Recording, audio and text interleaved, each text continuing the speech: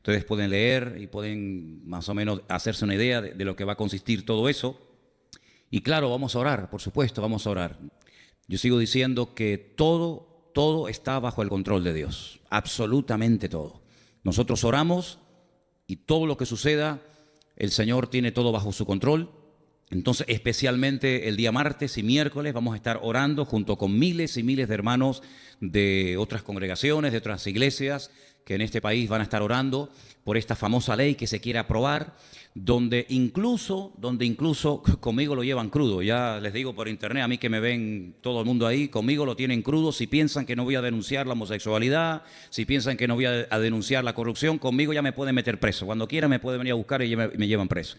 A partir de ahora se quiere aprobar una ley donde ya no se puede hablar en contra de los homosexuales, se puede prohibir, se pueden cerrar iglesias, se pueden llevar pastores a la cárcel. Ya digo, conmigo pueden empezar desde ahora. Solamente les digo una cosa. Nosotros obedecemos a las autoridades y a los hombres siempre y cuando, subrayo, siempre y cuando no vayan en contra de este santo libro. Todo lo que vaya de acuerdo a la palabra de Dios, nosotros como creyentes tenemos la obligación, por supuesto, de obedecer y de acatar las leyes. No vivimos en una anarquía donde cada uno hace lo que le da la gana. No. Al contrario, somos ciudadanos y tenemos que ser ejemplos en las leyes que guardan una coherencia y guardan una, digamos, están de acorde a la palabra. Pero en el momento, como le dijeron, estos días hemos estado estudiando la figura de Pedro, ¿verdad? Cuando le dijeron, prohibido a partir de ahora seguir orando por los enfermos. Prohibido a partir de ahora en las plazas, en las calles, en los parques, públicamente anunciar el mensaje del Evangelio a través del nombre de Cristo. Pedro y Juan dijeron, antes que a los hombres, antes que a ustedes, es necesario obedecer a nuestro Dios, ¿vale? Entonces nosotros estamos puestos en esta tierra no simplemente para gozarnos y recibir bendición, gloria a Dios por ello, sino estamos aquí para hacer luz. La iglesia tiene que ser luz. La iglesia no puede pasar desapercibida, y menos en estos tiempos. Así que vamos a orar para que todo salga conforme a la voluntad de Dios, pero se apruebe o no se apruebe la ley, nuestra ley es esta. Y todo lo que, repito, vaya en consonancia con la Escritura, diremos amén, y aquí estamos para ser personas ejemplares en medio de una sociedad corrupta. Pero cuando se dicen cosas que van en contra de la palabra de Dios, cuando nos prohíben denunciar el pecado, cuando nos prohíben denunciar la palabra de Dios, la Escritura, amigo, hasta ahí podríamos llegar. Entonces vamos a estar orando, ¿sí? El martes y el miércoles, especialmente por estas cosas que proponen inconversos y proponen personas que odian el Evangelio y que quieren quitar a Dios de la sociedad. Hay varios partidos que están detrás de esta ley mordaza y lo que pretenden es descristianizar a Europa, arrancar las raíces cristianas de este continente. Pero, hermanos, nosotros estamos aquí para ser una voz profética, para anunciar al mundo que el Señor Jesucristo es el camino, es la verdad y es la vida. Y nosotros estaremos siempre a favor de todo aquello que vaya a favor de la palabra. Pero en el momento, repito, que algo vaya en contra, lo lamento muchísimo, aquí nos encontrarán a todos. Por lo tanto, oremos, vamos a orar, vamos a confiar que Dios ponga su mano en todo esto. Pero siempre digo una cosa, el Señor sabe lo que hace y cuando Él permite, cuando Él abre o cuando Él cierra una puerta, una situación, una circunstancia, no nos preocupemos, Dios tiene todo bajo su control. No vamos a entrar ahora en un nerviosismo, en una paranoia. Ay, mira lo que van a hacer. Bueno, los hombres van a hacer lo que el Señor les permite hacer. Y van a llegar las cosas hasta donde Dios las permita. Ni más ni menos. ¿Cuántos dicen amén? Hay algunos creyentes que como que le tienen miedo al diablo. Al diablo no hay que tenerle temor. Porque el diablo, dice la Biblia, que ha sido vencido por Cristo en la cruz del Calvario. Él nos tiene que tener temor a nosotros. Nosotros no tenemos que tener temor a Él, ni a nada, ni a nadie. Porque mayor es el que está en nosotros que el que viene contra nosotros. Así que otros presumen y otros tienen sus días y otros tienen sus proclamaciones. Nosotros estamos hace 2000 años en este mundo, hermanos, proclamando la verdad, proclamando el Evangelio. Y si eso conlleva el que nos metan preso, pues hermano, no será la primera ni la última vez que a un pastor, que a un creyente lo meten preso o lo matan o lo torturan por la causa del Evangelio. El Evangelio, el verdadero Evangelio, tarde o temprano, créanme, tarde o temprano chocará frontalmente con la sociedad en la cual vivimos. No se olviden ustedes que estamos viviendo no al principio de la era cristiana, estamos en la recta final. Y la Biblia nos enseña, hermanos, que la maldad se va a multiplicar de una manera increíble. Esto va a hacer que el amor de muchos se enfríe, que algunos se desanimen, que otros se pongan nerviosos, pero es el momento de ser renovados, es el momento de buscar a Dios, no es el momento de quejarnos ni de mirar a izquierda ni a derecha, sino mirar a quien siempre tenemos que mirar, a nuestro Dios. Está sentado en el trono. Cuando estaban matando a pedradas a nuestro querido hermano Esteban, allí en los primeros tiempos de la iglesia primitiva, dice que mientras lo apedreaban, él miraba al cielo. Él no miraba las pedradas, él no miraba a los que le estaban criticando, a los que querían matarlo, él miraba al cielo y dice, yo veo al Hijo de Dios sentado a la diestra de Dios Padre. Así que eso es lo que tenemos que hacer, mirar siempre al Señor. De hecho, es un mandato bíblico. La Biblia dice, si habéis resucitado con Cristo, lo cual es sinónimo de decir, si habéis nacido de nuevo, si habéis abrazado el Evangelio, si habéis aceptado a Cristo como vuestro Señor y como vuestro Salvador personal, poned la mira en las cosas de arriba, no en las de la tierra. ¿Cuántos dicen amén? Cuando miramos al Señor, que pase lo que pase, que venga lo que venga, que digan lo que digan, nosotros podemos caminar en fe, podemos caminar en victoria. El enemigo intentará frenar a la iglesia, pero vamos a ver, pero esto no nos tiene que llamar la atención. Dice la Biblia en una de las cartas de Pedro, y hemos hablado estos días mucho de Pedro, llevamos semanas hablando de este personaje bíblico. Hermanos, no os sorprendáis, no dice eso la Biblia, no os sorprendáis del fuego de la prueba que os ha sobrevenido, como si alguna cosa extraña estuviera aconteciendo. Hay hermanos nuestros que en este momento están siendo masacrados, que están siendo torturados y matados por la causa de Cristo en este mismo momento. Por lo tanto, hermanos, si el Señor permite que las cosas se pongan un poco difíciles, que venga persecución contra la iglesia, no se preocupen. La iglesia avanza más bajo la presión que en un tiempo de relajación. Por eso, hermanos, confiemos en Dios, no bajemos la guardia. Al contrario, doblemos la guardia, oremos, busquemos más del Señor, porque el Señor, repito, tiene todo bajo su control. ¿Cuántos dicen amén? Así que vamos a estar orando en esta semana por este tema y por otros que seguramente surgirán. Vamos a orar un momentito, cierra tus ojos antes de ir a la palabra en esta noche y pedir la bendición del Señor para que el mensaje que vamos a compartir hoy sea de bendición y usted se pueda llevar palabra de Dios en su corazón. Te damos gracias por este privilegio y por esta nueva oportunidad que nos das de abrir las sagradas escrituras, la bendita y eterna palabra de Dios. Habla a tu pueblo, Señor. Que todo lo que compartamos en esta tarde caiga en buena tierra, en tierra, Señor, sedienta y hambrienta de palabra de Dios. Ministranos, Señor, y que podamos empezar esta semana de una forma victoriosa. Como todos estos últimos días hemos visto cada día cómo la ayuda ha llegado milagrosamente, Señor.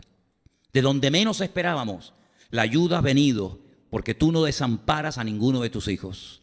Y te doy gracias porque en este primer día de la semana nos permites congregarnos, reunirnos en este lugar bajo tu bandera, bajo el nombre de nuestro Dios eterno, Yahweh Sebaot, el Dios de los ejércitos, al cual adoramos y clamamos pidiendo que en esta tarde, a través de tu palabra escrita, hables a nuestros corazones, Señor. En el nombre bendito de tu amado Hijo Jesús. Amén y amén. ¿No les escuché decir amén? Ok. Vamos a Hechos capítulo 13. Como decía hace un instante, hemos estado hablando en las últimas semanas acerca de un personaje muy conocido por todos y cada uno de nosotros, como es Pedro, Simón Pedro, hijo de Jonás.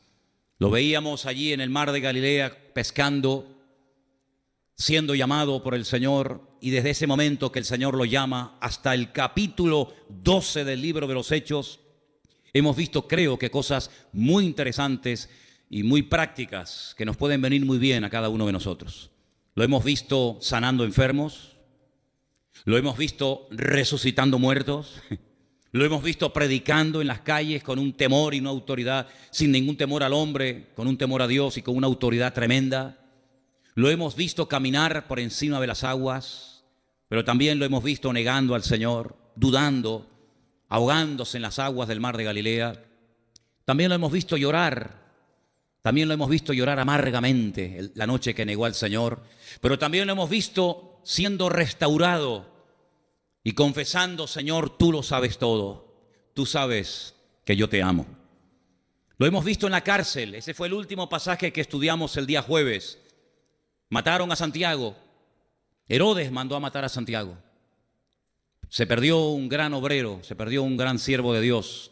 Pero sin embargo, cuando a Pedro lo matan en los días de los panes sin levadura, en los días de la famosa fiesta de la Pascua, dice la Biblia que la iglesia, mientras Pedro estaba en la cárcel, no paraba de orar por él. Quiero leer esos versículos, por favor, porque son muy interesantes. En Hechos capítulo 12, dice la Escritura en el versículo 5, 12:5. Así que Pedro estaba custodiado en la cárcel, pero la iglesia hacía sin cesar oración a Dios por él. Dice que estuvieron toda la noche orando para que Pedro fuera protegido por la mano del Señor y claro que lo fue, pero no solamente fue protegido, sino fue liberado esa misma noche de una forma milagrosa. 16 soldados romanos, leímos, 16 soldados romanos bajo la orden de cuidar de ese solo hombre. 2 de ellos dormían con Pedro en la cárcel, uno encadenado a su mano izquierda y otro encadenado a su mano derecha. Soldados por dentro, soldados por fuera. Sin embargo, dice la Biblia que cuando a medianoche un ángel del Señor entra en la cárcel donde su siervo está allí preso, ninguno se despertó, ninguno se dio cuenta de lo que estaba pasando allí. Todos quedaron dormidos. Me hace recordar aquel sueño profundo del primer hombre creado por Dios, de Adán, ¿se acuerdan? Dice que entró en sueño profundo, tan profundo que Dios lo anestesió y extrajo de él una bendición, su compañera, para toda la vida. Y cuando él despierta de aquel profundo sueño, se queda sorprendido y al mismo tiempo agradecido con el Señor, porque dice: me has extraído algo de mi ser, esto es hueso de mis huesos y carne de mi carne. Y ahí se forma la primera pareja, porque esa es la voluntad de Dios, la unión entre un hombre y una mujer. Todo lo demás es aberración y desorden delante de la presencia del Señor. Lo diga quien lo diga, y aunque legalicen el pecado, una unión entre hombres y una unión entre mujeres no solamente es algo antinatura, sino es lo más inmundo y lo más aberrante que jamás se puede una persona imaginar. Es interesante notar porque dice que la iglesia oraba y el Señor liberó a Pedro. Sale de la primera puerta, sale de la segunda puerta y tardó más tiempo la iglesia en abrirle la puerta donde estaban reunidos orando en un culto de oración que el Señor sacarlo de la cárcel. Pero a partir del capítulo 13 ya no volvemos a saber nada de Pedro. A partir del capítulo 13 ya ni siquiera vamos a oír hablar más de la iglesia madre, de la iglesia de Jerusalén, la iglesia primitiva. Desde el 1 hasta el 12, la figura principal sin lugar a dudas es Pedro. La iglesia principal, la que más se habla, la que más se comenta, donde ocurren los milagros, donde ocurre, el nombramiento de los primeros 7 diáconos, siempre es en Jerusalén. A partir del capítulo 13 se deja de hablar de Pedro, se deja de hablar de la iglesia madre de Jerusalén y comenzamos a conocer a otros personajes. Y la iglesia central de la cual se va a hablar ya no va a ser Jerusalén, sino va a ser la iglesia de Antioquía. Capítulo 13 del libro de los Hechos dice así: había en la iglesia que estaba en Antioquía profetas y maestros. Presten atención a la lista y a los nombres de esta gente, porque es una lista cargada de enseñanza. Allí en esa iglesia donde dice que había profetas y maestros, al primero que se le menciona es a Bernabé. Para nosotros Bernabé a estas alturas no es un personaje desconocido, porque ya Bernabé fue nombrado la primera vez en la historia bíblica como un hombre generoso, como un hombre que dice que vendió una propiedad y trajo absolutamente todo el importe de dicha herencia, de dicha venta, a los pies de los apóstoles. No así, cosa que hicieron o intentaron imitar aquel matrimonio llamado Ananías y Zafira, que quisieron decirle a la iglesia, quisieron hacerle entender a la congregación que ellos también, igual que Bernabé, eran gente muy generosa, pero era mentira. Daban solamente una parte, pero ellos dijeron que estaban dando todo para así aparentar ante la congregación de que eran gente muy generosa y lo que eran unos manipuladores y unos mentirosos. Y cuando el apóstol Pedro dice: ustedes han vendido en esta cantidad que acaba de decir tu marido esta propiedad, ella miente y dice: sí, en esta cantidad. No es verdad, no has vendido eso en esta cantidad. Si ustedes no quisieran dar nada a la congregación, no pasa nada, no hay ningún problema. Si ustedes de la herencia o de la propiedad que han vendido quisieran dar una parte, no hay ningún problema. Pero ustedes lo que están haciendo es que le están diciendo a la congregación que lo están dando todo cuando es falso. Y en la iglesia primitiva no se podían sentar precedentes, vamos, ni en la iglesia primitiva, ni en esta, ni en ninguna. Pedro no iba a permitir que estas personas pasaran como gente espiritual cuando de espirituales no tenían nada. Y dice la Biblia que tanto el marido como la esposa cayeron muertos. Y entró gran temor a la congregación, ¿verdad? Así que Bernabé fue un hombre generoso, un hombre que sin tener que hacer esto, él se desprende de su propiedad y la entrega totalmente, íntegramente el importe a la congregación. Después ya la iglesia sabía lo que tenía que hacer. Así que el primero en la lista ya lo conocemos, pero el segundo es Simón, el que se llamaba Níger. Simón. La mayoría de los comentarios, por no decir todos los comentarios, dicen que este Simón, ¿saben quién es? ¿Saben quién es este Simón? Este es el famoso Simón de Cirene, aquel que venía de trabajar del campo y de repente se encuentra con un crucificado que ya no da más y que se cae y no soporta la cruz, el peso de la cruz, y los romanos le obligan a llevar la cruz de Cristo y dice que él fue el que llevó la cruz. Este es el famoso Simón de Cirene. Miren dónde está. Aquel que fue obligado a llevar la cruz de Cristo ahora se congrega en la iglesia de Antioquía como uno más de los profetas y maestros de esta congregación. Qué interesante, ¿verdad? A continuación se menciona un tal Lucio, que también era de Cirene. Se menciona a un tal Manahem. Fíjate, el que se había criado junto al rey Herodes. Otra versión dice que eran hermanos de leche. Y finalmente se menciona a Saulo. 5 personajes. ¿Pueden recordar estos nombres? Bernabé, Simón, Lucio, Manahem y Saulo. ¿Podéis decirlos? Bernabé, Simón, Lucio, Manahem y Saulo. Otra vez.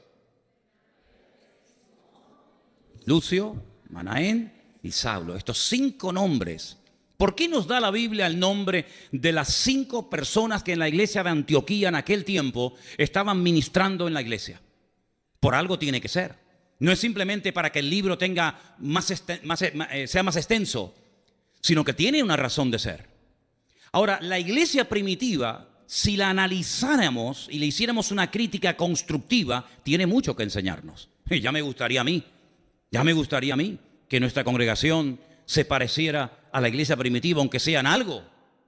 Una iglesia poderosa, una iglesia con una unidad entre los miembros espectacular, una iglesia poderosa en Jerusalén, una iglesia que está impactando a la sociedad. No pasan desapercibidos los cristianos de Jerusalén. Fíjense el nivel que tenían los diáconos de esa iglesia.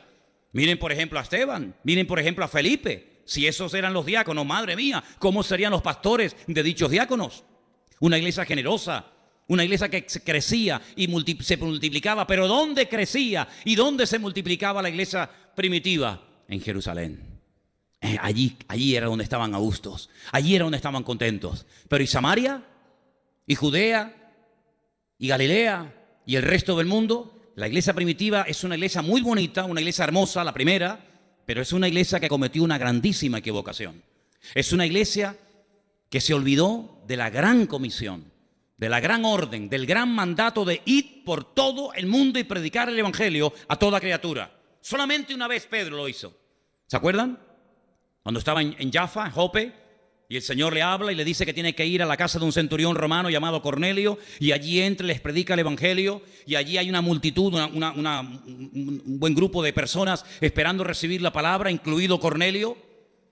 Son llenos del Espíritu Santo, hablan en lenguas como también habían hablado en lenguas en el día de Pentecostés, los 120 del aposento alto. Pero cuando llega a Jerusalén, los ancianos lo confrontan y le dicen: ¿qué has hecho, Pedro? ¿Cómo se te ocurre a ti meterte en casa de gentiles y predicarles el evangelio y comer con ellos? Tú sabes que somos judíos, nosotros no nos relacionamos con esa gente. Y entonces Pedro tiene que decir: mira, es que lo que pasó fue esto, esto y esto y esto. Y dice que glorificaron a Dios. Bueno, glorificaron a Dios, pero ahí se quedó la cosa. No siguieron avanzando, no siguieron llevando la palabra a otras ciudades y mucho menos a gentiles. Así que la iglesia primitiva, gloria a Dios por ellos. Pero si fuera por la iglesia primitiva, todavía estarían allí predicando y viviendo muy a gusto y muy contento los discípulos allí en Jerusalén y el mundo perdido sin conocer el evangelio. Así que la iglesia de Antioquía tal vez no era una iglesia tan conocida, una iglesia tan poderosa, una iglesia donde estaban los apóstoles predicando cada día, pero era una iglesia con visión misionera. Era una iglesia que no solamente se miraba el ombligo y no solamente quería recibir y recibir, sino una iglesia que estaba preparada también para dar. Y hermanos, en la orografía de Israel, ese país tan pequeño, pero del cual aprendemos tantas cosas, uno se queda sorprendido porque es el único país del mundo que tiene 4 mares, 2 externos y 2 internos. Por un lado tenemos el mar Mediterráneo, al sur tenemos el mar Rojo, y son los 2 mares abiertos que bañan también las costas de otras naciones. Pero luego dentro del país hay 2 grandes lagos, al norte el mar de Galilea, el Kineret, el mar de Genesaret, donde Cristo pasó 3/4 partes de su ministerio, donde caminó por encima de las aguas y multiplicó los panes y los peces y dio el famoso sermón del monte, Mateo 5, 6 y 7, etcétera, etcétera. Son aguas limpias, son aguas que se pueden incluso hasta beber. Entran las aguas de los altos del Golán y salen por el sur. No son aguas putrefactas, no son aguas estancadas. Hay vida, hay peces. Muchas veces hemos comido los famosos peces, el pez San Pedro, que se pesca ahí hasta el día de hoy, ¿verdad? Sin embargo, cuando viajamos un poquito hacia el sur de Israel, muy cerca de Jerusalén, muy cerquita de Jerusalén, encontramos el Yam Hamelach, el mar de la sal, o el mar muerto, como vulgarmente se les conoce. Un mar que recibe agua, pero no la suelta. Es un mar que retiene, pero no da. Exactamente igual que esos 2 famosos estanques que también están dentro de la ciudad de Jerusalén. El estanque de Betesda y el estanque de Siloé. Estanque de Betesda, donde multitudes iban a esperar el movimiento del agua producido supuestamente por un ángel, que como dije en su día, no hay ningún ejemplo en la Biblia de que nadie, absolutamente nadie, fuera sanado en las aguas putrefactas y estancadas del estanque de Betesda, porque era una leyenda, era algo que se había transmitido de generación en generación. La gente esperaba algo que nunca ocurría y por eso había multitudes que nadie era sanado. Solamente uno fue sanado, y no, por cierto, por el movimiento del agua, sino porque Juan capítulo 5 dice que el Señor Jesucristo, el que cambia, el que transforma la vida por dentro y por fuera, llegó al estanque de Betesda y allí sanó solamente a uno, aquel paralítico que hacía 38 años que no se podía mover. Conocen la historia, ¿verdad? Pero sin embargo, cuando unta barro, Juan capítulo 9, en los ojos de aquel ciego de nacimiento, previamente los discípulos habían preguntado: Señor, ¿quién pecó? Algo tuvo que ocurrir para que este hombre naciera ciego. Pero cuidado, no solamente era ciego, sino que las cuencas, el globo ocular no estaban vacías las cuencas, no había globo ocular, era imposible que ese hombre pudiera volver a recuperar la vista. Pero lo que es imposible para los hombres, siempre es posible para Dios. Dios no conoce la palabra imposible. Dios, el Señor, unta barro en sus ojos y lo manda al estanque de Siloé. No al estanque de Betesda, donde estaba el agua estancada hasta el día de hoy, que se puede ver y se puede visitar, sino al estanque de Siloé, que significa el enviado, aguas limpias, aguas cristalinas, donde los chicos van y se bañan hasta el día de hoy. Aguas donde entra y sale y están limpias. Bueno, pues queridos hermanos, la palabra del Señor nos enseña que el creyente puede ser una persona receptiva, gloria a Dios, pero también tiene que dar. Y la Escritura dice que más bienaventurado es dar que recibir. Algunos se montan y se organizan la vida únicamente para recibir. Oye, mira, vete a tal iglesia que allí vas a recibir bendición. No, mira, vete a la otra que hay un pastor que no sé qué. Y está bien que la gente venga a recibir palabra. Y está bien, no hay nada malo, hermano. Si usted ha venido esta tarde para recibir palabra vas a recibir, no te quepa la menor duda. Pero no te olvides que recibimos para dar. No solamente recibimos para estar contento, para que mi marido vuelva conmigo, para que mi hijo salga de la droga, para que yo consiga un buen trabajo. Está bien todo eso, pero no se olviden que la prioridad no somos nosotros. La prioridad es alcanzar al mundo para Cristo. ¿Cuántos dicen amén? No podemos olvidarnos de eso, porque si no la iglesia está viviendo mirándose el ombligo. Venga a recibir y venga a recibir y venga a recibir, pero recibimos para poder dar al mundo. Y cuanto más demos, más vamos a recibir de parte del Señor. ¿Cuántos dicen amén? ¿No les oigo? Ok, díganlo fuertito, ¿sí? Pues si yo estoy predicando fuertito, ustedes también. Escuchen, en la lista de esta iglesia de Antioquía, hay 5 personajes: Bernabé, Lucio, Simón, Manaén y Saulo. Bernabé, dice la Biblia, era de la isla de Chipre. Interesante. Era un chipriota. Lucio dice que era de Cirene. ¿Cirene dónde está? En el norte de África. Simón era judío, pero por algunas palabras que aparecen aquí y por la historia, se nos dice que se movía en círculos de gente romana, aunque era judío. Manaén era un aristócrata. Se había criado nada más y nada menos que con el rey Herodes, hermanos de leche. Una persona de la aristocracia de la época, una persona que se movía en las más altas esferas de aquel tiempo, pero era convertido. Y finalmente tenemos a un ex rabino judío muy famoso, criado a los pies del mejor maestro de Torá de la época, como era Gamaliel, nieto de Gilel, uno de los maestros de la Torá más famosos de la historia. Así que fíjense qué combinación tenemos aquí. Gente de Chipre, gente del norte de África, gente que se mueve en círculos con los romanos, gente que viene del trasfondo del judaísmo, de la secta de los fariseos, personas que se mueven en las más altas esferas. Qué interesante todo esto. Bueno, pues de esta iglesia que está formada por diferentes nacionalidades, por diferentes culturas y costumbres, de esa iglesia salen por primera vez en la historia 2 personajes, ahora vamos a leerlo, que salen para llevar el evangelio a otras naciones, a otros lugares donde todavía a estas alturas nunca nadie había llevado la palabra. Quiero que lean conmigo en el versículo 4. Ellos entonces, enviados por el Espíritu Santo. Esto es muy bonito, ¿eh? Enviados por el Espíritu Santo, descendieron a Seleucía y de allí navegaron a Chipre, de donde era Bernabé. Y llegados a Salamina, anunciaban la palabra de Dios en las sinagogas de los judíos. Tenían también a Juan de ayudante. Este es el famoso Juan Marcos, el que tiempo más tarde escribiría el famoso Evangelio de San Marcos. Este es el que tuvo un problema con el apóstol Pablo, porque dice la Escritura que los abandonó, viendo tal vez la dureza del ministerio, las persecuciones, los problemas.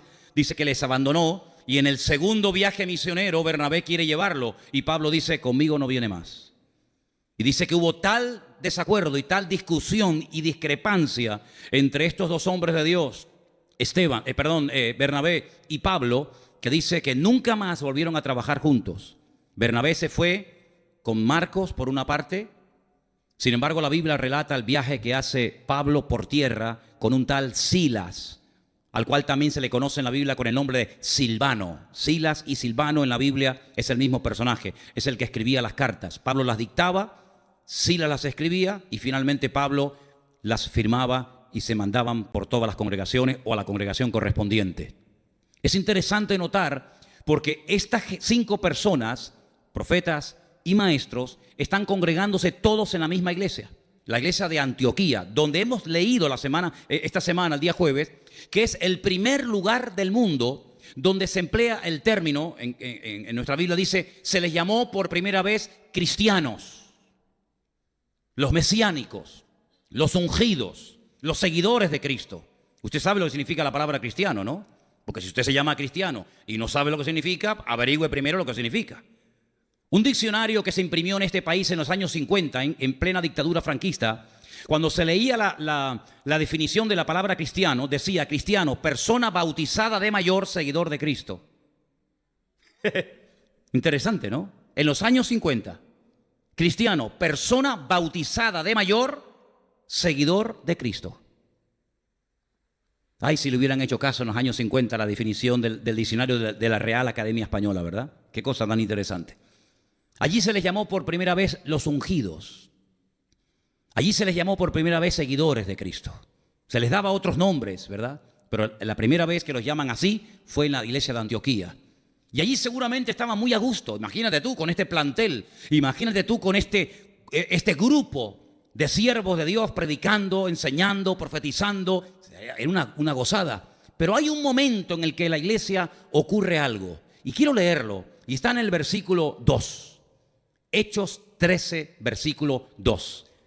Ministrando estos al Señor, estos 5 que hemos leído, y ayunando, dijo el Espíritu Santo: ay, amigo, apartadme a Bernabé y a Saulo para la obra a que los he llamado. Entonces, habiendo ayunado y orado, les impusieron las manos y los despidieron. Y ahora viene la frase que leía hace un rato: ellos entonces fueron enviados por el Espíritu Santo. Yo tengo subrayada esta expresión, enviados por el Espíritu Santo, porque en otro pasaje, cuando se produce el famoso concilio de Jerusalén, Hechos capítulo 15, dice que quien envía de la iglesia de Antioquía a un par de representantes, y uno de ellos era Saulo o Pablo, dice que fue enviado por la iglesia. Sin embargo, aquí no dice que fue la iglesia la que envía a Saulo y a Bernabé para predicar el evangelio, sino es el Espíritu Santo el que habla en un culto, el que habla en una congregación claramente y dice: fulano y mengano, su tiempo adentro se ha terminado. Ahora ellos tienen la preparación suficiente para lanzarse al mundo. Y este viaje misionero, ¿saben cuánto tiempo duró? 3 años. Se fueron de la iglesia de Antioquía Bernabé y Saulo y no volvieron hasta pasados 3 años. Y en esos 3 años ocurrieron cosas increíbles, cosas tremendas, milagros, prodigios, iglesias establecidas, cosas que realmente nunca habían ocurrido. Y a los 3 años vuelven a la iglesia, informan a la congregación y tiempo más tarde ya es Pablo el que dice: tengo mi corazón carga por aquellos que se convirtieron con nosotros hace tiempo en el primer viaje. ¿Por qué no vamos a visitarlos? ¿Por qué no vamos a ver cómo están las iglesias? A ver cómo se encuentran, a ver si han permanecido, a ver si han sido fieles o han abandonado la carrera y se han vuelto otra vez al mundo. Es interesante notar cómo en esta lista que hemos leído hay 5 personas diferentes, con ministerios diferentes, pero que han aprendido un principio elemental que nosotros todavía sigue siendo nuestra asignatura pendiente. Y es aprender a trabajar en equipo, juntos, en armonía, para la gloria y la honra del Señor. ¿Cuántos dicen amén? Qué horribles son las competencias y las rivalidades y las envidias y los celos dentro de las iglesias, ¿verdad? Qué horrible. Cómo hay personas que taponan a aquellas personas que podrían ser útiles en la obra del Señor por miedo a perder el puesto, por miedo, ¿verdad?, a que alguien le diga: oye, pues a mí me gusta más cómo predica fulano que cómo predicas tú. No se puede estar en la obra del Señor con miedo. Porque dice la Biblia que el que tiene miedo no ha sido perfeccionado en el amor, sino más bien todo lo contrario. Tenemos que gozarnos cuando Dios levanta, cuando Dios usa y cuando Dios habla a través de alguien que tal vez no es muy conocido, tal vez no tiene el título de pastor, pero sin embargo puede ser un instrumento precioso en un momento determinado para traer palabra de Dios a nuestra vida. ¿Cuántos dicen amén? Ahora, una vez escuché a un pastor que dijo que esta expresión apartadme, separadme a Pablo y a Bernabé, realmente es mucho más fuerte. Él decía en aquella predicación, basándose en el texto griego en el cual fue escrito este libro, que lo que más bien está diciendo el Señor es: suéltenlos, suéltenlos, no tengan retenida a la gente por miedo a perderlo, sino suéltenlos, porque hay gente que ha sido capacitada por el Señor para trabajar con los creyentes de puertas para adentro. Y gloria a Dios, hemos leído esta tarde la porción de Efesios capítulo 4. ¿La habéis prestado atención, no? Y el Señor puso en la iglesia a unos como apóstoles, a otros como evangelistas, a otros como pastores, a otros como maestros. Claro que sí. Dice, ¿para qué? Para perfeccionar, para capacitar a los cristianos, a los hijos e hijas de Dios, para la obra del ministerio, hasta que todos lleguemos a la unidad de la fe. Es una maravilla cuando cada uno sabe cuál es su terreno. Es maravilloso cuando cada uno sabe cuál es su don y a lo que Dios lo ha llamado y a lo que Dios no lo ha llamado.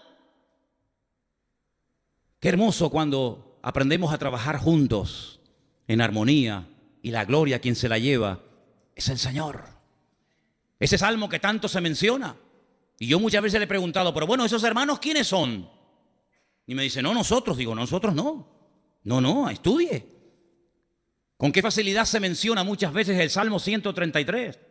¿Qué dice? Y mirad cuán bueno es y cuán delicioso es habitar los hermanos juntos en armonía. Y entonces los cristianos toman ese versículo y dicen, hermanos, ¿tenemos que estar juntos en armonía? Sí, ya lo sé que tenemos que estar juntos en armonía. Pero ¿a qué hermanos hace referencia ahí la Biblia? A nosotros los cristianos, pero si no existía la iglesia. Mirad cuán bueno, qué maravilloso es estar juntos en armonía, dice, los hermanos. Bueno, pues si no eran los cristianos, que no existían en aquel momento, si no era la iglesia que no existía en aquel tiempo, ¿a qué hermanos está haciendo referencia el Salmo 133? Porque yo veo en la Biblia que muchos hermanos se odiaban. Por ejemplo, vamos a analizar, ¿pueden ser los hermanos Jacob y Esaú? Sí, había una armonía entre ellos maravillosa, ¿verdad? Jacob y Esaú se llevaban, permítame la expresión, como perro y el gato. Dice que uno le robó la primogenitura, dice que el otro lo engañó, dice que y tuvo que salir huyendo. Y vivió Jacob 22 años en el extranjero porque su hermano Esaú quería matarlo. Luego, el Salmo 133, sinceramente, no creo que haga referencia a los hermanos Jacob y Esaú. Puede ser a lo mejor Isaac e Ismael, los dos hijos de Abraham, uno con la criada Agar y otro con su esposa Sara. Sí, se llevaban muy bien Isaac e Ismael, ¿verdad? Se llevaban de maravilla. Ay, hermano, si dice que el Señor tuvo que decir a través de la boca de Sara, la esposa de Abraham, sácalos de la casa, echa fuera a esta gente, porque no puede heredar uno con otro. No ves que se odian, no ves que se llevan como el perro y el gato. Y Abraham tuvo con todo el dolor de su alma echar fuera a su hijo Ismael y también a su madre, Agar. Claro, con todo el dolor de su alma, pero el Señor le habló y le prometió que lo iba a cuidar, que lo iba a bendecir y que lo iba a prosperar. Y si no, miren, la prosperidad de las naciones árabes, si se ha cumplido o no, la bendición del Señor sobre los ismaelitas, todos los árabes hoy en día, que algunos de ustedes o algunas personas dicen, bueno, ¿y quiénes son? Los egipcios. No, los egipcios no son árabes. Los de Irán. No, los iraníes no son árabes. ¿Quiénes son los árabes entonces? Bueno, estudie para que usted sepa quiénes son los hijos de Abraham a través de Agar, a través de Ismael. Y quiénes son los descendientes de Isaac. Luego, no se refiere tampoco a estos dos hermanos. Puede ser Caín y Abel. Esos sí que se llevaban bien. Mirad cómo se llevan juntos los hermanos en armonía. Sí, se llevarían antes de salir al campo. Porque cuando salieron al campo dice que uno se levantó contra él y lo mató. Y cuando Dios le habla con voz audible y le pregunta al Señor, ¿dónde está tu hermano Abel? La arrogancia y la soberbia de Caín era tan mayúscula que dice, ¿soy yo acaso guarda de mi hermano? Y el Señor le responde algo tremendo y le dice, la voz de la sangre de tu hermano Abel clama. Luego, si no son las tres parejas que he mencionado, porque es muy difícil ver en la Biblia a hermanos que se lleven bien. Absalón y Amón pueden ser. ¿Conocen ustedes a Absalón? ¿Conocen algo de Absalón, aquel peludo? ¿Conocen al peludo? Dime de qué presumes y te diré de qué careces.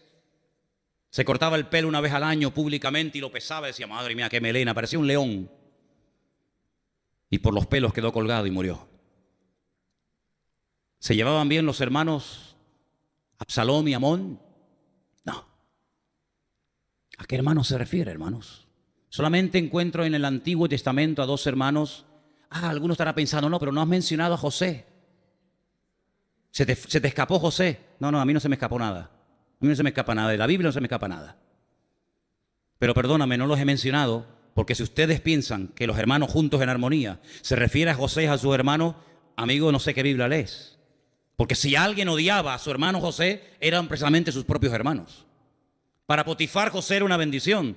Para sus hermanos era un problema. Era más querido fuera que dentro. ¿Quién nos queda? ¿Quién nos queda? Les voy a proponer dos nombres. Moisés y Aarón. ¿Quién era el mayor? Aarón era el mayor. ¿Y el menor? Moisés. Era más pequeño que incluso su hermana Miriam. Sin embargo, Aarón jamás chocó frontalmente contra la autoridad de su hermano. Una vez es verdad que lo criticó y le costó caro. Pero ahí vemos a dos hermanos trabajando juntos en armonía. Uno como sacerdote y el otro como el vocero, como el profeta, como la voz de Dios, juntos en armonía, y allí envía Dios bendición y vida eterna. ¿Cuántos dicen amén? Y ahora vemos en esta iglesia a dos hermanos, de los 5 a 2, que el Señor los llama afuera de la congregación. Pero no piensen ustedes que es mucho más fácil trabajar fuera que trabajar dentro. No, hermanos, son ministerios diferentes. Se iban a encontrar con culturas muy diferentes a las de ellos. La gente en el mundo, por esos países, comían, vestían, hablaban, se comportaban y practicaban cosas que para ellos eran auténticas aberraciones. Pero ellos aprendieron a trabajar juntos en armonía entre ellos, y ellos aprendieron a adaptarse a las circunstancias y no quisieron meterle cultura a la gente como aquellos primeros misioneros ingleses que con chaqueta y ropa de lana, claro, venían de Escocia, venían de Inglaterra, se iban al Amazonas y querían ponerle a los indígenas chaqueta y corbata y bombín y bastón para que vistieran como caballeros ingleses en plena selva amazónica. Ellos no fueron a predicar su cultura. Ellos no fueron a decir, ustedes tienen que comer como nosotros, hablar como nosotros, vestir como nosotros. No, ustedes tienen que convertirse a Cristo, y si en algo tienen que cambiar, el Señor se encargará de ponerlo en vuestros corazones, y el Señor lo hará, porque al fin y al cabo la gente cambia no por presión, sino por convicción del Espíritu Santo hablando en nuestra vida. ¿Cuántos dicen amén? A mí me hace mucha gracia cuando veo gente que lleva 20 años viviendo en Tenerife y aún no saben hablar con las palabras de aquí. Cuando yo fui a Argentina, yo era más argentino que los argentinos. Y cuando fui a Bolivia, yo era más boliviano que los bolivianos. Y cuando fui a África, era más africano que los negros de allí. Porque si algo nos ha enseñado el Señor es adaptarnos a donde vamos. Y yo lo que quería es que me entendieran y alcanzar a la gente con el Evangelio. Así que si usted vive en Canarias, adáptese a la cultura de este país para que usted pueda ganar a gente de este país para Cristo. Usted puede de puertas para adentro en su casa hablar y comer y vestir como usted quiera, pero no se olvide que si Dios le ha traído a usted a esta tierra, es para que usted se adapte a esta tierra y para que usted pueda ser un ejemplo y un testimonio para alcanzar a gente de esta tierra para la honra y para la gloria del Señor. Aquí decimos coger, sin miedo, sin miedo. Dígalo. Es que aquí se dice coger, no hay ningún problema. Claro, si yo voy a Venezuela, papá, eso no se puede decir, pero es que yo no estoy viviendo en Venezuela, aunque yo soy de Venezuela también, y antes que tú, porque soy más viejo que muchos de los venezolanos de aquí, ¿o no? Y aquí decimos guagua, y aquí decimos mi niño. Es que yo tengo que aprender a hablar como aquí, ¿saben por qué? Porque yo quiero que el mundo me entienda. Y el piropo más grande y maravilloso que me han dado en esta vida es cuando una persona después de un culto me dijo, es que usted como pastor parece tan normal. Sí, bueno, yo no sé qué concepto tiene usted de los pastores, pero yo soy muy normal, a veces más de la cuenta. Sí, soy muy normal. Yo nunca jamás en mi vida he tenido problemas con el alcohol, jamás en mi vida, nunca he tenido problemas con el alcohol. Sí, hermano, pero ¿sabes lo que pasa? Que en mi iglesia allá claro, yo no quiero decir nombre porque se me ha sentido aludido, pero por allí, es que hermano, un pastor no puede beber una cerveza. Amigo, lo siento mucho. Aquí en Canarias, si usted se bebe una cerveza, usted no es un pecador maldito que se va al infierno eternamente y para siempre. Hombre, lo que no voy a ver son 20. Pero yo no he tenido jamás ningún problema con el alcohol, jamás. Ni he sido un alcohólico, ni tengo ninguna tentación con el alcohol, gracias a Dios. Claro, cuando yo voy a otros países, yo me adapto a otros países. Pero ¿sabe qué, hermanos? Esta gente se fue a lugares donde nunca había llegado el Evangelio. Y cuando llegaron, Pablo llegó a escribir, dice, cuando estoy con los judíos, me comporto como un judío para alcanzar a mi pueblo para Cristo. Y cuando estoy entre los gentiles, pues vivo, aunque no me contamino, ¿verdad?, con sus pecados ni con sus malas costumbres, pero vivo y me adapto a las costumbres de ellos. Y si comen con las manos, yo como con las manos. Nosotros en África, Armando lo sabe que vino conmigo. Nosotros comimos una vez en la casa de una gente de mucho dinero y de muy alto nivel, con las manos en Malindi. Y eso no lo hice yo ni cuando estaba en el mundo, revolcándome en el pecado. Pero allí todo el mundo con las manos. Pues venga con las manos, como si comen con los pies. Con los pies hubiera comido. Problema, no pasa nada. Y he ido a congregaciones donde me dicen, hermano, usted sin corbata en esta iglesia no puede predicar. Y bueno, pues tráigala para acá. Yo tengo en mi casa 200 corbatas como mínimo. Si hay que ponerse una, me pongo una, no pasa nada. Iglesias donde me han dicho, hermano, usted con barba no puede predicar porque parece un montonero argentino. Y bueno, ¿qué quiere que haga? Aquí me quito la barba por la mañana y ya por la tarde no me sale. Y otros me dijeron, hermano, qué bien le queda a usted esa barbita que tiene porque parece un profeta del Antiguo Testamento. ¿En qué quedamos? ¿Me la quito o me la pongo? ¿En qué quedamos? Por la mañana parezco un montonero y por la tarde un profeta del Antiguo Testamento. ¿Cómo va la vaina esta? ¿Cómo es esto? ¿Cómo es? Ay, querido hermano, esta gente aprendió un secreto que lamentablemente nuestros queridísimos hermanos de la iglesia primitiva no quisieron aprender. Y es que ellos estaban contentos entre ellos, su grupito. Pero la iglesia no es un grupito. La iglesia es la sal de la tierra y la luz del mundo. Y el mundo, España, más que nunca, está necesitando de cristianos normales, pero llenos del Espíritu Santo para marcar allá afuera una diferencia. ¿Cuántos dicen amén? Tan triste la gente. Y han visto, ¿no? Tan triste. El Tenerife no subió. No, tan triste. Me dijo una persona esta mañana, la tristeza me va a durar un mes. Así me dijo, ¿no? De verdad. Nosotros en esta tarde podemos decir que el Señor es nuestra fortaleza.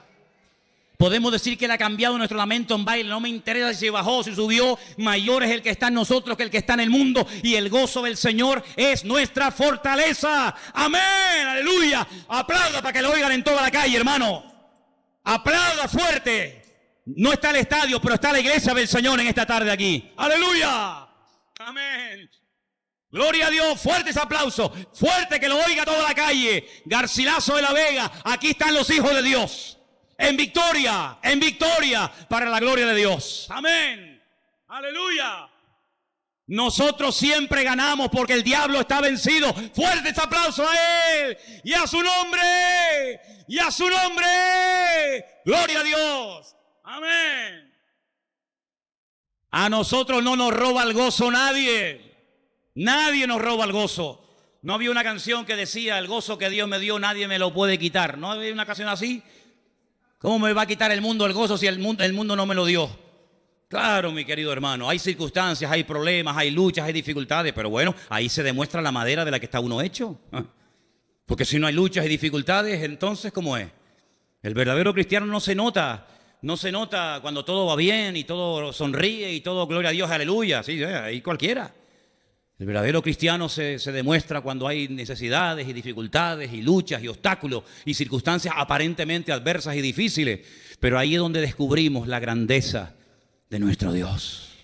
Ay, si aquel papá con el corazón roto el día que tenía que sacrificar a su hijo no hubiera dado ese paso de fe y de obediencia al Señor, jamás hubiera descubierto que Jehová Jireh, el Señor es el que provee. ¿Ve? Si no hubiera dado ese paso de fe, aquel hombre con aquellos 300 desarmados para ir a enfrentarse con una multitud, nunca hubiera aprendido que el Señor no necesita de números, sino que necesita de gente valiente y osada para hacerle la guerra a los madianitas como fue Gedeón en el nombre del Señor. ¿Se da cuenta? Así que, hermanos, cuando vienen tormentas, cuando vienen dificultades, cuando vienen enfermedades, cuando viene crisis financiera, lo que sea, no importa. En todo eso somos más que vencedores, dice la Biblia. Mucho más que vencedores. Ya me perdí. No me perdí. Es que tengo tanto aquí para dar que digo, ¿ahora por dónde voy? Porque tengo tanto material.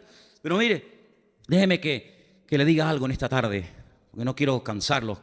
Pero déjeme que le diga algo para mí muy importante. Mire, hermano, esta gente se movió.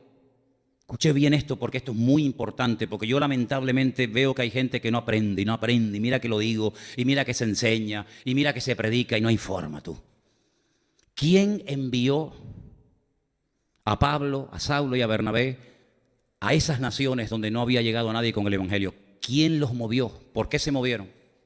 Ahí está, ¿ves? ¿Ves cómo sabe la respuesta? Dijo el Espíritu Santo. No es que yo sentí. Empezamos. Los miembros de Vida Nueva tienen varias características que los diferencian de otras iglesias.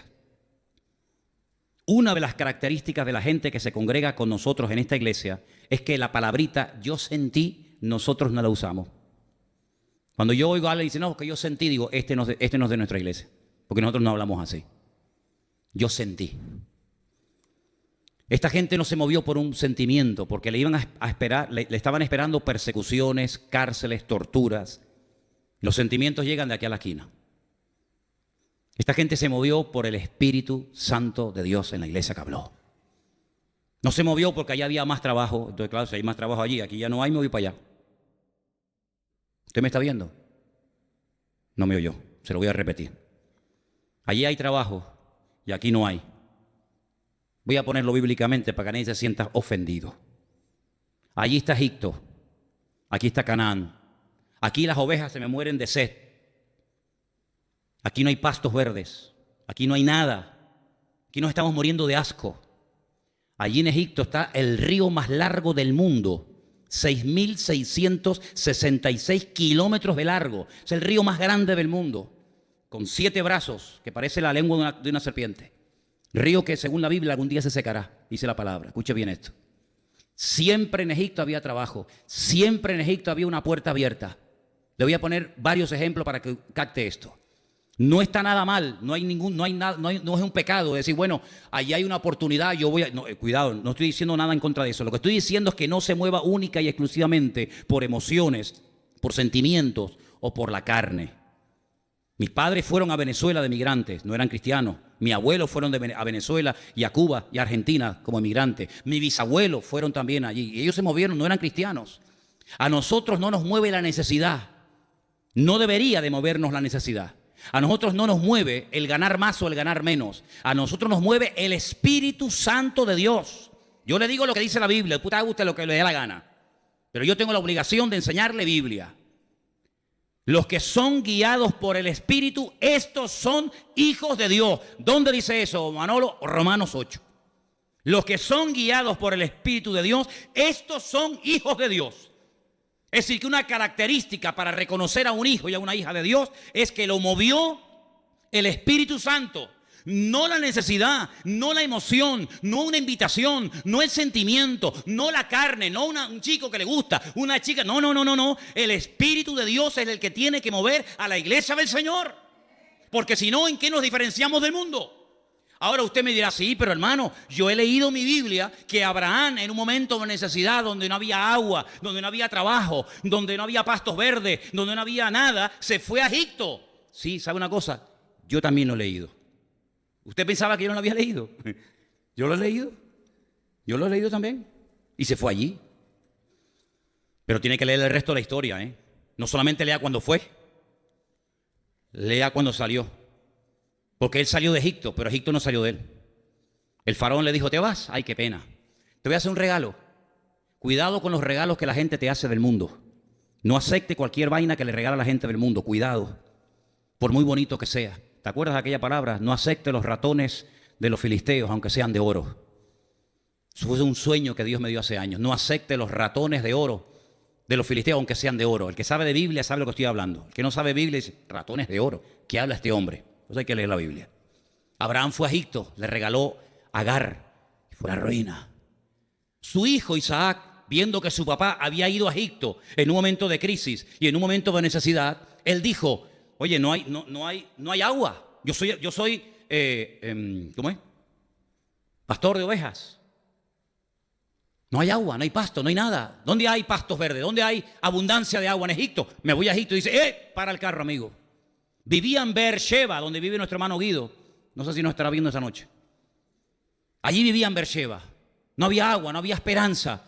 Si mi papá fue a Egipto, ¿por qué no puedo ir yo? Dios le dijo, no, tú no vayas. Tú no tienes que imitar ni a tu padre ni a nadie. Tú tienes que oír la voz de Dios hablando a tu corazón. Hay gente que hace las cosas porque fulanito las hizo. Yo las voy a hacer. No. Usted no tiene que imitar a nadie, ni al pastor, ni al reverendo, usted tiene que imitar y obedecer única y exclusivamente a la voz de su Dios. ¿Cuántos dicen amén? Bueno, ya va mejorando. Tú te quedas aquí. Y este año tú vas a sembrar. Ahora, yo no sé si usted ha estado alguna vez allí. ¿Sembrar dónde, Señor? Aquí, en el desierto. Pero si no hay agua. Si esto es un desierto, ¿cómo voy a sembrar en el desierto? Tú vas a sembrar porque yo te lo digo. Usted sabe que antiguamente se le decía a los hijos, no salgas más. Y el hijo preguntaba, ¿por qué? Porque lo digo yo. Se acabó la conversación. Eso era antes. Eso era antes. Hoy en día se lo tiene que decir por WhatsApp. Porque si no, el niño no capta. Coge un trauma psicológico. El niño, no salgo mal, te va a denunciar a la Guardia Civil. Cuidado. Tú siembras este año aquí. Isaac sembró fuera de toda posibilidad de éxito. Sembrar en el desierto, un disparate, es tirar la semilla, es desperdiciar la semilla. Sembró. Al año siguiente, lea la Biblia, hermano. Todo esto está en la Biblia, yo no me invento nada. Al año siguiente fue la envidia de toda la zona porque dice que cosechó a 100 por 1 en el desierto. Hermano, esta gente salió de la iglesia de Antioquía, de la que eran miembros, porque el Espíritu Santo lo dijo. Si no, Pablo y Bernabé no se menean, no salen nunca de allí. Isaac se quedó en Beerseba porque el Señor se lo dijo. Cuando usted hace la voluntad del Señor, aunque se rían, aunque se burlen, aunque sea un disparate, aunque su padre le diga que está loco, usted no haga caso. Cuando el Señor le diga algo, usted hágalo. Y el Señor le va a recompensar. Y el Señor le va a bendecir. Mi última palabra para la iglesia esta tarde es esta. No te muevas ni de esta iglesia, ni del trabajo, ni de Tenerife, ni de ninguna parte, a menos que tengas instrucciones concretas y específicas del Señor y te diga, ahora levántese y váyase para otro lugar. Entonces muévase con libertad porque el Señor está contigo. Pero no te muevas por impulso, no te muevas por sentimientos o emociones, porque eso, aunque funciona al principio, a la larga se paga muy caro, amigo. Y el cristiano tiene que madurar, tenemos que madurar y darnos cuenta de que no podemos movernos porque a mí me interesa o me conviene más. Más vale, dice Proverbio, más vale bocado seco y en paz, un pan solo, con la bendición de Dios, que casa llena de abundancia de cosas sin la bendición de Dios. Pues dice, vamos, pero no entiendo, vamos a ver, ¿cómo puede haber la bendición de Dios en un pan seco sin nada dentro? ¿Y cómo no va a estar la bendición de Dios en una nevera llena? No dice la Biblia que Dios estaba con José. Y uno dice, ¿pero dónde está con José? Lo meten en la cárcel, lo odian sus hermanos, pero Dios estaba con José. Al final, ¿quiénes se postraron? ¿José a los hermanos o los hermanos ante José? Aprendamos a encomendar nuestra vida al Señor, esperemos en Él y Él hará, dice la Biblia. Tranquilo, no te pongas nervioso. Por favor, dígaselo al que está a su lado, a ver si le hace más caso que a mí. Por favor, hermano, dígaselo. A lo mejor entre todos hacemos fuerza. No te pongas nervioso. Que los cambios a veces son necesarios. Y los cambios que produce el Señor siempre van a traer bendición a tu vida. ¿Cuántos dicen amén? Los cambios que uno se monta a su manera no funcionan. Los cambios y los movimientos que permite el Señor siempre son de tremenda bendición. ¿Cuántos dicen amén? Yo tengo más ganas de seguir hablando, pero no quiero aburrirles, pero solamente le digo, cierre sus ojos un momentito, ahí donde estás. Y dígale al Señor, Señor, yo veo en esta porción que hemos leído esta tarde, que había 5 personas ministrando en la iglesia de Antioquía. Algunos eran maestros, otros eran profetas. Pero un día el Espíritu de Dios habló a la iglesia. Y de los 5 escogió a 2, a Bernabé, el primero de la lista, y a Saulo, el último de la lista, y los juntó. Y se fueron 3 años, diríamos hoy en día, al campo misionero, a sembrar la palabra. El Señor los respaldó, el Señor los ayudó, los protegió. Cuando volvieron, vinieron más bendecidos que lo que se fueron, porque fueron guiados por el Señor, enviados por el Señor. Y yo creo que hemos llegado a un momento en la vida en la que tienes que hacerte esta pregunta. ¿Qué me motiva a mí? ¿Qué me está moviendo a mí? Si es el Señor, adelante. El Señor se va a encargar de abrirte las puertas, de dejarte con la boca abierta. Con la boca abierta. Por eso te digo en esta tarde, confíen en el Señor, hermanos. Los tiempos finales van a ser tiempos difíciles, lo dice la Biblia. Pero también dice la Biblia que en los tiempos finales la gloria y la bendición de Dios será mayor que nunca en la historia. Vamos a confiar en Dios. El Señor tiene todo el poder y toda la autoridad para cuidar tu matrimonio. No tengas miedo, no tengas temor. Para cuidar tu salud, para cuidar tu economía, para cuidar de tus hijos, aunque no estén aquí. No te preocupes, vive tranquilo, no estés agobiado, con nervios, estresado. Pastillas para dormir, pastillas para despertar, pastillas para comer, pastillas. Por favor, vas a reventar un día. Encomienda al Señor tu camino, confía en Él y Él hará. Eso dice la Biblia. Y esta gente salió sin saber a dónde iban, guiados por el Espíritu. Y el Señor los bendijo. Fueron 3 años de aventuras extraordinarias. Y todavía el Señor tiene mucho para enseñarnos, ¿sabes? Todavía el Señor tiene muchas sorpresas en el camino. Yo quiero vivir cada día viendo la gloria de Dios. Yo llevo una semana, créeme hermanos, de verdad te lo digo, sin moverme de aquí, estando donde tengo que estar y haciendo lo que tengo que hacer. No pasa ni un día, y lo digo de verdad para la gloria de Dios, no pasa ni un día sin que Dios no mande la ayuda de una u otra manera. Te lo puedo asegurar, No te imaginas la semana de bendición que Dios nos está dando hasta llegar aquí. Así que yo lo que les pido a todos ustedes, hermanos, en estos tiempos difíciles de tantas cosas, confíen en Dios, confíen en Dios. Dígale ahí donde está en su silla sentado: Señor, dame de tu paz y de tu tranquilidad mi espíritu, para que yo sepa que mi vida está en tus manos, que tú eres mi pastor y nada me faltará. Que aunque tú permitas que pase por valles, dificultades y penurias y cosas, yo sé que tú estás conmigo. Y en esta tarde, Señor, en este primer día de la semana, te pedimos que nos des otra semana de gloria, otra semana de bendición. Dejen de quejarse, dejen de lamentarse, dejen de ver lo que no tienen y comiencen a darle gracias al Señor por todo lo que Dios les ha dado, hermanos. Por ese niño enfermo. Sí, dale gracias a Dios por ese niño enfermo. Dale gracias a Dios tal vez por ese dolor que tienes, por esa deuda, por ese problema. No importa, ahí vas a clamar y vamos a ver la gloria de Dios. Y el Señor tiene todo bajo su control. Métete esto en la cabeza esta tarde. El Señor tiene todo bajo control. Él sabe lo que hace. Aunque nos asustemos porque somos de barro y nos dan miedo las cosas. Pero el Señor es el altísimo y sublime Dios.